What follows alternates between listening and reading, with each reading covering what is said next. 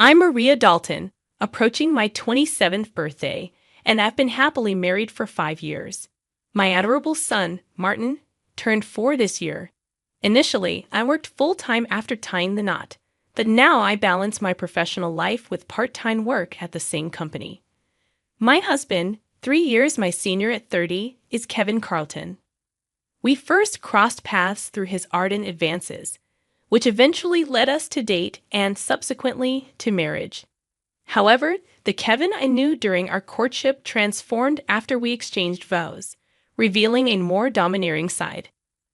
Kevin has a younger sister, Jane Dalton, age 20, whom he spoils, likely due to the significant age gap. Before marriage, I didn't pay much heed to their dynamic, thinking they got along well. Yet post-wedding, I've observed a shift in Jane's behavior. Jane frequently visits our home unannounced, disregarding the time, morning or night. Despite my presence, she behaves as if I'm invisible, directing her attention solely to Kevin, announcing her arrival with a casual brother, "I'm here again." Kevin, seeing a dinner prepared for 3, invites Jane to join without hesitation. I've noticed a pattern where Jane never brings any gifts or expressions of gratitude during her visits. When I discreetly inform Kevin that dinner wasn't prepared for an extra guest, he brushes it off, telling me to handle it since his sister is visiting. Consequently, I find myself serving my portion of dinner to Jane. In a tone audible enough for Jane to hear, Kevin places the blame on me, asserting that I should have been considerate and prepared extra food. Jane, upon hearing Kevin's words, appears on the verge of tears and apologizes to me. Kevin, quick to comfort his sister, chastises me, accusing me of being inconsiderate or mean to Jane. Although Jane verbally apologizes each time, her reassurance from Kevin's preferential treatment seems to bring her joy. Left with only leftovers from the fridge, I prepare my own meal. Just as I'm about to join Kevin and Martin at the table, Jane interrupts, expressing a desire to discuss something privately with Kevin. Kevin instructs Martin and me to leave the table, insisting that Martin eats with me. This scenario is not unfamiliar. Kevin has separated us like this before. After Martin and I finish our meal and head to another room for cleanup, I discover Kevin and Jane engrossed in a cheerful conversation on the sofa. The dishes from their meal are left untouched on the dining table, and there's no attempt to clean up. It starts to dawn on me that they may view me not as a wife and sister-in-law, but as an outsider in their private discussions and moments. It became increasingly evident that I was perceived less as a wife and sister-in-law and more like a maid. Even my son, Martin, received no attention. It felt as though a maid had brought her child to work. After cleaning up in the kitchen and preparing to take a bath with Martin, Kevin called out loudly, disrupting our evening routine. Despite the late hour, around 8 p.m., Kevin insisted that Jane wanted a cake and instructed me to buy it immediately from a specific shop near the station. As I hesitated, Jane asserted her desire, and Kevin hurried me, downplaying the importance of Martin's bedtime. Faced with their insistence, I reluctantly agreed to go. The cake shop near the station closed at 9 p.m., so there was a narrow window for me to make the purchase. Overhearing their conversation as I got ready, they spoke loudly enough for me to catch snippets of blame and questioning my suitability for marriage. Despite my reservations, I couldn't leave Martin behind, so I decided to take him with me. While preparing Martin, Kevin's loud voice reached my ears from the living room, threatening divorce if I defied him again. Martin, too young to understand the words, could sense the tension between his parents. Suppressing my emotions, I asked Martin about his cake preference. He brightened up, saying, "Mom, I want a cake with lots of fruits." Our journey to the cake shop became a momentary escape from Kevin's words as we discussed cakes. Just before closing time, Martin and I reached the cake shop. Fortunately, the cake Jane wanted was available, and we also bought a fruit-loaded cake as per Martin's choice. Upon returning home, I served the cakes to Jane and Kevin, attempting to maintain a semblance of normalcy amidst the strained atmosphere. With a heavy heart, I proceeded to prepare Martin's cake and headed to the dining room. Placing the cake in front of him, A moment later, Jane pointed at it and declared that she wanted that cake instead. Before I could respond, Kevin swiftly moved the chosen cake in front of Jane, disregarding Martin's protests, and she began eating it.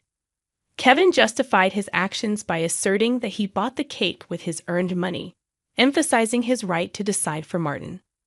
Unable to contain my emotions any longer, I voiced my dissatisfaction, only to be met with Kevin's threat of divorce. Martin, now holding my hand tightly and looking anxious, stopped crying and after some thought said, "Mom, I also love cake with strawberries on it. Yes, it's really delicious." He mentioned it while eating a cake that Jane initially wanted. Feeling that I'm subjecting Martin to undue stress, I realized there are 3 adults, including myself, making a 4-year-old child endure this situation. Lifting Martin's cake plate when I saw Jane reaching for it, I took him to the next room so he could enjoy his cake slowly. Perhaps noticing Jane's actions, Kevin apologized to her, claiming he was being stingy. Resisting the urge to retort, I chose not to expose Martin to the word divorce. Watching Martin innocently eat his cake with cream around his mouth proved to be a heartwarming sight. After finishing the cake, ignoring both Kevin and Jane, we decided to have a late bath and sleep in Martin's bed. The next morning, I woke up to find that Jane had already left. As I prepared breakfast and was about to wake up Kevin and Martin, I heard Martin crying. Shockingly, the piggy bank given to him by my father was broken, and the money he had saved up was gone. Every night, it was a ritual for Martin to bid goodnight to his piggy bank before sleeping, and last night was no exception. He said his goodnight and went to sleep with me. At that time, the only people in the living room were Kevin and Jane. Concerned, I approached Kevin about the piggy bank, and Jane casually admitted to taking money from it, claiming she needed it. Kevin responded indifferently, stating that she took it for a reason. Martin, still crying and shaking, held in my arms. I could feel this hurt so profoundly that I cried with him. Witnessing Kevin prioritize and care for his sister, Jane, more than our own son, Martin, brought about a surge of anger and sadness simultaneously. In the morning, the atmosphere was heavy, and Kevin, breaking the silence, exclaimed, "Why are you making the atmosphere so bad? I feel terrible." Unable to contain my anger and frustration, I expressed my emotions towards him. Martin, crying so intensely for the first time since our marriage, was a breaking point for me. I had always been careful not to argue in front of Martin, but seeing him so hurt compelled me to speak up. Kevin, looking at me intensely, went to the bedroom without saying a word and returned with something in his hand. Shockingly, it was divorce papers, something I didn't even know he had hidden somewhere. "If you're not happy with me, then let's divorce," he said, shoving the papers at me before leaving the house with a loud bang. It seemed Martin, who had never cried over the issues with Kevin and Jane before, must have reached his emotional limit. Seeing Martin cry since last night was heartbreaking. Unable to bear seeing him so hurt, I suggested to him, "Hey Martin, should we skip daycare today?" He responded with an enthusiastic yes, showing a faint smile. Bringing a picture book from the shelf, he sat on my lap, looked up at me happily, and said, "The teacher at the nursery today was Mama, right?" He looked like an angel, and I couldn't help but think that his little heart must be full of patience. Today, I decided that we would play as much as we could to fill his heart.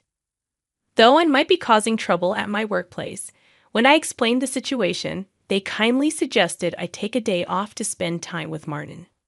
In the morning, we went to the park, played hide and seek, and had a lot of fun in the sandbox and on the slide. When we got home for lunch, Martin seemed to be getting sleepy. While he usually naps by himself, today he fell asleep on my lap, reminiscent of his baby days. Though I initially thought of doing household chores during his nap, I decided that today was special. I opted to be healed by his sleeping face and gentle breathing. As I dozed off, I was startled by a noise from the entrance. It sounded like the front door had opened, but it wasn't time for Kevin to come home yet, making me suspicious. Quickly grabbing Martin and taking only my bag with valuables, I hid in the bedroom closet, holding my breath. I heard a voice, one I had heard somewhere before. The person seemed to be searching the house for something, and the situation left me on edge. In the midst of fear and trembling due to the noise of rummaging, I soon recognized the voice. It was Jane's. Many questions surfaced, such as why she had a key and what she was searching for. Carefully opening the closet, I observed Jane roughly going through drawers and doors. After a big sigh, she made a phone call, expressing her frustration at not finding what she was looking for. Listening closely, she mentioned searching and checking various places. The conversation included references to Kevin and a sense of urgency. After ending the call with a clear, "I'm going home now, Kevin," I was left pondering what they were looking for. The sound of the front door locking echoed, prompting me to emerge from the closet. Putting Martin to bed, I contemplated the recent events. It became evident that Kevin knew about whatever belongings they were searching for. If it wasn't a known item's location, could it be one of my belongings? Despite the earlier conversation, I couldn't deduce why Jane had entered the house. Suddenly, Kevin seemed like a stranger, and I was overcome with a mix of disgust and fear towards him. Swiftly packing the essentials for Martin and me, I was ready to leave by the time Martin woke up from his nap. "Martin, let's go to Grandpa's place now," I said, and we headed to the station, taking a train to my parents' house. Fortunately, their home was nearby, just 2 stations away, so we'd arrived quickly. Without prior notice, my parents were surprised but sensed something from my expression. Without asking questions, they welcomed us in. Their pet dog, a favorite of Martin's, immediately joined in the play. Witnessing this, I felt a sense of relief and proceeded to share everything that had happened with Kevin and Jane. Expressing my fear of staying at our house, my mother suggested that if Jane was looking for my belongings, it might be my cash cards. My mother's words resonated with me, and I recounted my experience of successfully launching an online shop for handmade goods with friends before marriage. As the CEO in the handmade industry, the shop gained recognition, and as it grew significantly, I made the decision to get married. I had chosen to prioritize raising my child, entrusting the company I co-founded to my reliable friends until my child-rearing responsibilities settled down. Although I still held the position of CEO, Kevin was unaware of it. He knew about my past role as a CEO, when I was single and likely suspected that I had savings. Despite this, I hadn't disclosed the details of my ongoing CEO status and savings to him. Kevin's financial habits became apparent early in our marriage. He was spendthrift, and he initially allocated only $200 per month for our food expenses. He even suggested that I quit my part-time job and become a full-time housewife, a proposition I firmly declined. Eventually, he reluctantly agreed to let me work part-time at my current job. To secure our marriage, he had me sign a post-marital property waiver, assuring that I wouldn't contemplate divorce. Since Martin's birth, I've received only $200 for food expenses, necessitating the use of my savings for Martin's nursery fees and clothes. I never asked Kevin for more money beyond the food budget, leading him to believe I had substantial savings. With Jane in apparent need of money, Kevin might have been looking for my cash cards. However, they would not find them, as I always carried my valuables. Realizing the unresolved issue and potential unauthorized access to our house, I decided to store my valuables, including cash cards, at my parents' house. As I pondered the motive behind their actions, Martin approached my father crying, explaining that his piggy bank was broken, and he couldn't keep his promise to save up. My father, visibly angered, suggested calling Kevin to discuss the matter. My mother advised a more cautious approach, considering Kevin's talk of divorce and the potential blame he might shift. She recommended calmly finding out their purpose before they could escape with a suitable excuse. With this in mind, I decided to record their conversation to understand their motives. My parents, having a friend who was a lawyer, suggested consulting him. As I cooked dinner at home, Kevin arrived. I discreetly started recording on my phone with the screen facing down to avoid detection. Surprisingly, He immediately inquired about the location of my cash cards. When questioned, he gave evasive answers, and when I remained silent, he eventually pleaded, "Give me all your part-time money for my sister."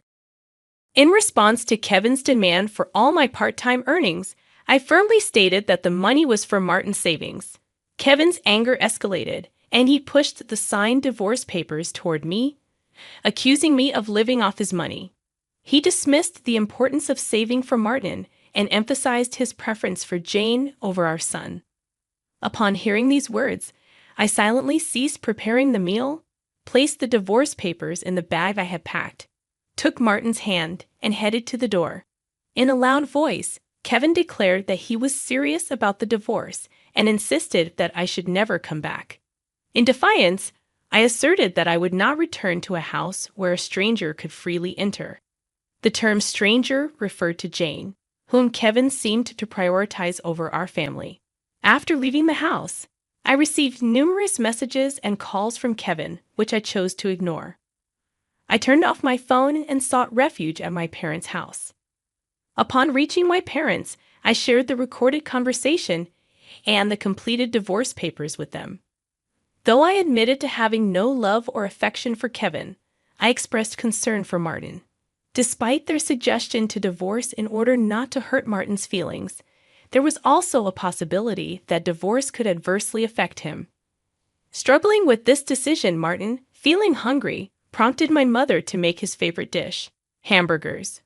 Overwhelmed with emotion, I couldn't hold back my tears as my mother assured Martin that they were prepared for him and me whenever we wanted to visit. Touched by Martin's kindness, I was encouraged to eat the hamburger with him, sharing a moment filled with love. Witnessing this heartfelt scene, my father assured Martin that my tears were happy tears, not sad ones. Moved by Martin's innocence and love, I realized the joy of being with family. My father gently asked Martin if he wanted to live with them as a family, and Martin happily agreed, bringing smiles to everyone. While contemplating divorce, this natural and joyous family meal made the decision clear.